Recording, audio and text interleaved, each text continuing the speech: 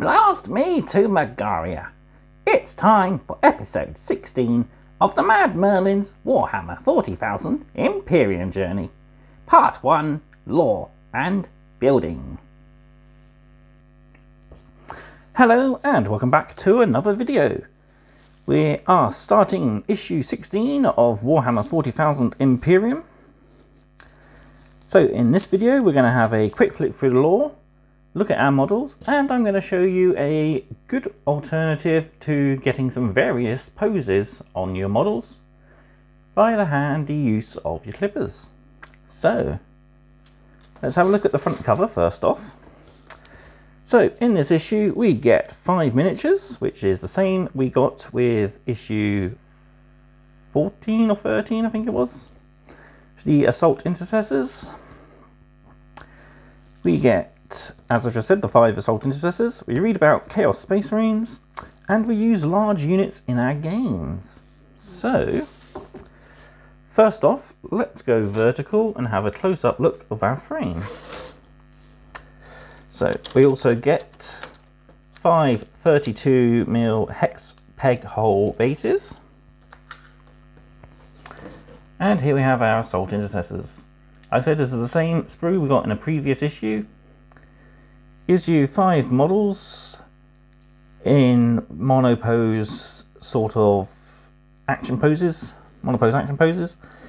It gives you options for the sergeant to have either a chainsword and plasma pistol, or to have a bolt pistol, heavy bolt pistol and chainsword. You also get an optional torso to use as a regular member of the squad, and a couple of variety heads. So you've got a bear head for the sergeant, helmeted head for the sergeant, and then the spare head for our regular intercessor. So as the kit comes, it is keyed to have certain arms attached to certain bodies by the shape of the pegs and the guide holes. But there'll be a nice little, like I said, I'm going to give you a nice little hint on how to improve those. And we'll also do a little conversion to the sergeant to make him a bit more unique, using some of the components we used and techniques we used in the previous video. So there we have it. Alright, let's get into our issue. So in issue 16 we get a datasheet for our assault intercessors, the Eldritch Artifice ranged weapons for the Necrons, Chaos Space Marine factions, building and painting our assault intercessors, and our playthrough for mission 16. So first up we've got our battle record for our assault intercessor squad. This squad's being the same as the previous one, but the sergeant is going to be built in a different configuration, so you've got a choice of options.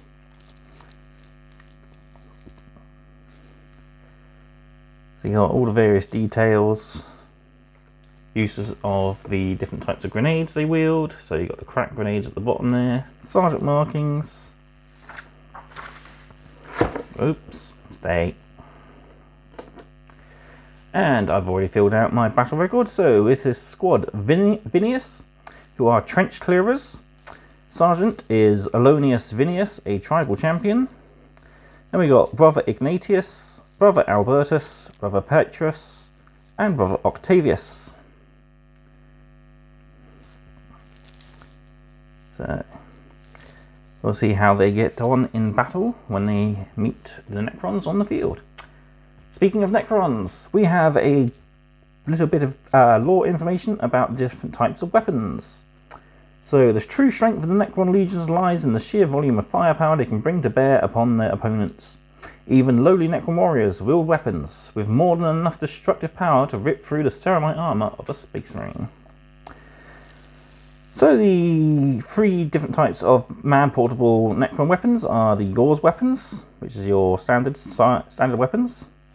Tesla weapons, which bounce energy bolts to and from, and they can get more hits. And we get the Synaptic Disintegrator of the Deathmark Assassins. Also used by the warriors on the Tombblade jet bikes are the particle weapons, and also used on the Triarch stalkers and canoptic spiders, I believe. On the back of the page we have a few shots of larger weapons, so Doomsday weapons used on the Doomstalkers, the Annihilation Barge and the Doomsday Ark. Enigmatic weapons used by the Locust Destroyers. Death Rays, which are similar versions of the Doomsday weapon but more focused, used on the Doomside Flyers. And we got teleportation weapons used by the Monoliths. Second bit of lore is a inquisitorial report on the Chaos Space Marines. I think we'll be seeing a lot of these throughout the collection, and I think it's a really nice way of giving the lore from a point of view of an Inquisitor. So, they are humanity's fallen heroes and the scourge of the Imperium. For the promise of power, the Chaos Space Marines have sold their souls to the Dark Gods. From their cursed strongholds, they strike at the realm they once swore to defend, driven by hate, bitterness, and bloodlust. See the Black Legion facing off against the Blood Angels and the Tempestus Scions. In the back we got Inquisitor Rodrigo Pike. Different paths of chaotic corruption that can be shown throughout the Space Marines, from warped armor to demonic blades and even corrupt flesh bursting through the armor platings. Then we got a little bit about the Horus Heresy. Alright, we'll just quickly flick through the next few pages. So our build guide is the same as the previous issue with the assault intercessors, but it's telling you to build your sergeant up in the bolt pistol and chainsaw configuration. And your assault intercessors there. And painting is nothing new, it's all what we've learnt in previous paint guides, but more condensed into a single article as opposed to spread across various articles. And then our playthrough, which is saved for the next video. Right, I'll just get myself ready and we will begin with our building. Right, as you can see, I've built my Assault Intercessor Sergeant up to the point where I'm ready to attach the arms. So what I'm going to do for my Sergeant is I'm going to do a shoulder pad transplant. What a shoulder pad transplant is very simple. It's removing the original shoulder pads and replacing it with ones from the upgrade kit. So for my Sergeant, I've got a moulded Ultramarine one from my Ultramarines upgrade set, and to help identify him as a Sergeant, I've got a Deathwatch pad from the Deathwatch Veterans upgrade frame.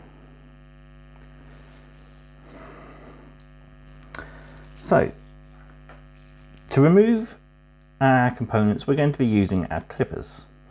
Because these are fairly chunky, and there's detail, we have to be very careful. The easiest parts to remove are going to be the rim and the corners. As you can see, they're fairly hollowed out behind and easy to reach. So we'll take our clippers, flat side against the model, and we'll start cutting away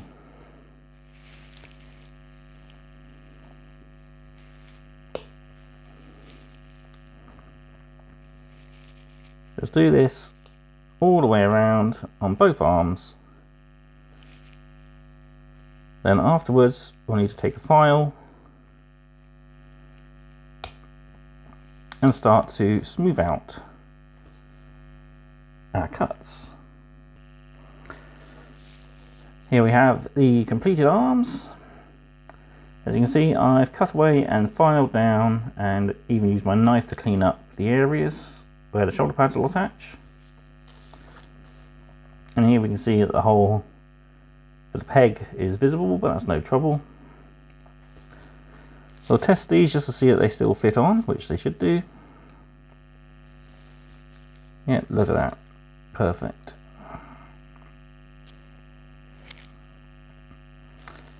So we can glue these on in place.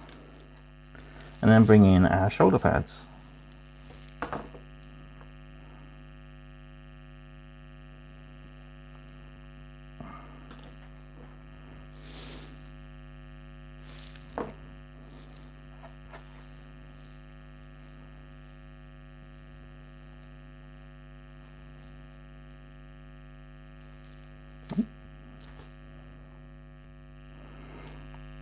Our arms glued and dried. We're ready to put a bit of glue on the shoulder, both sides like that, and bring in our shoulder pads. So first our Death Watch one, which will go on like so, and then our Ultramarine one can go on this side.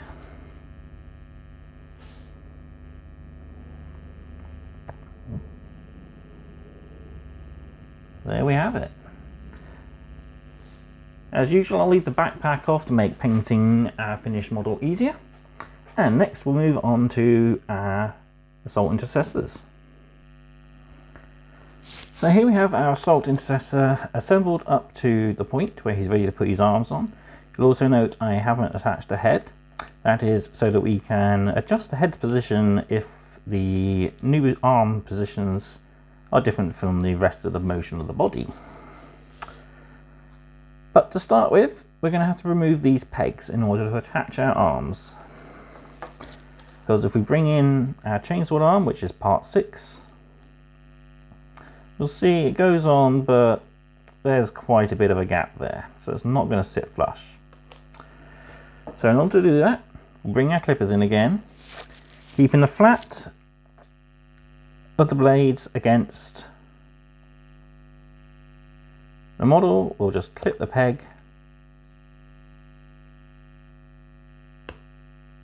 both sides, and any remaining areas we can clean up with our knife. Just smoothing those shoulder joints nice and flat.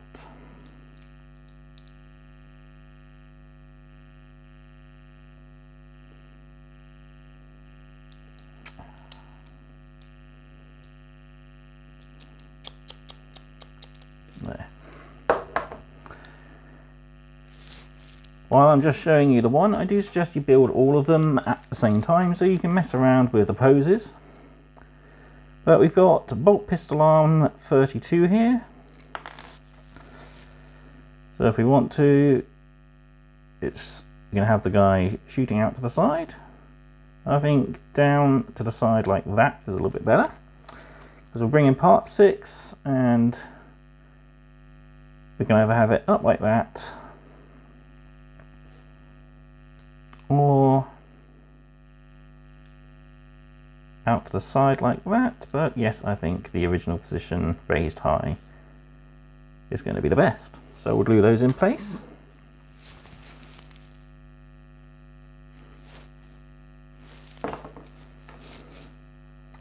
It will need to take quite a while for the glue to dry on these, as there's nothing holding them on other than the thin contact points.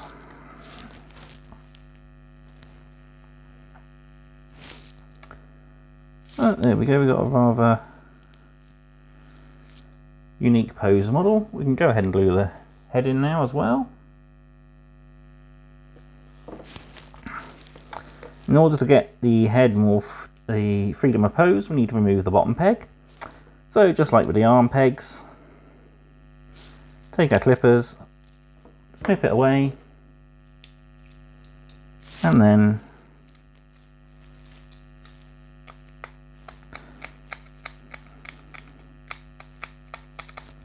smooth out our neck joint.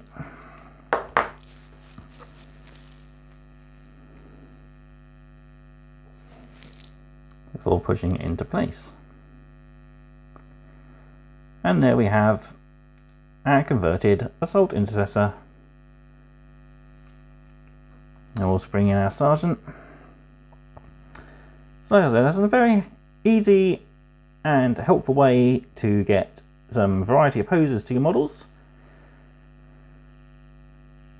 and a nice easy way of converting your models to look a bit different by bringing in some components from the upgrade kits.